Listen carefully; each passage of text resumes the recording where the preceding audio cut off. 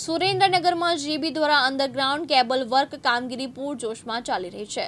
આ કામગીરી કરતા પહેલા મહાનગરપાલિકાની પરમિશન જરૂરી હોય છે, ત્યારે અધિકારીઓ મૌખિકમાં કમિશનર પરમિશન લીધી હોવાનું કહી રહ્યા છે અને કામગીરી શરૂ કરી દીધી છે।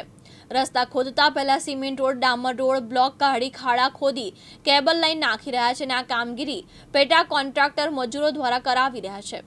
મહાનગરપાલિકામાં આ ખોદાઈ રહેલા રોડની નુકસાની કાઢી નક્કી કરેલા રૂપિયા ભરે પછી કામ કરતા 2 મહિના પહેલા પરમિશન મેળવી કામગીરી કરવાની હોય છે।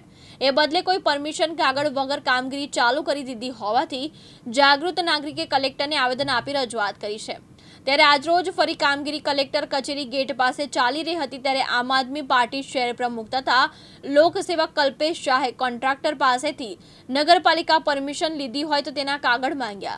ત્યારે પેટા કામગીરી કરતા રતિલાલ પટેલે સુરતના કોન્ટ્રાક્ટરે જણાવ્યું, અમને કોઈ પરમિશનનો કાગળ નથી મળ્યો, કહો તો બંધ કરી દઈએ।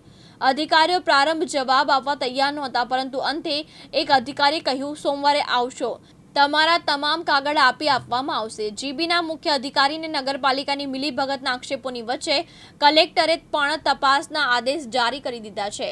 કલેક્ટર કચેરીના ગેટ પાસે ચાલી રહેલી કામગીરી દિવ્યાંગ ન્યૂઝની અસર બાદ તાત્કાલિક બંધ કરવામાં આવી છે। મનહરદાન ગઢવી, દિવ્યાંગ ન્યૂઝ, સુરેન્દ્રનગર।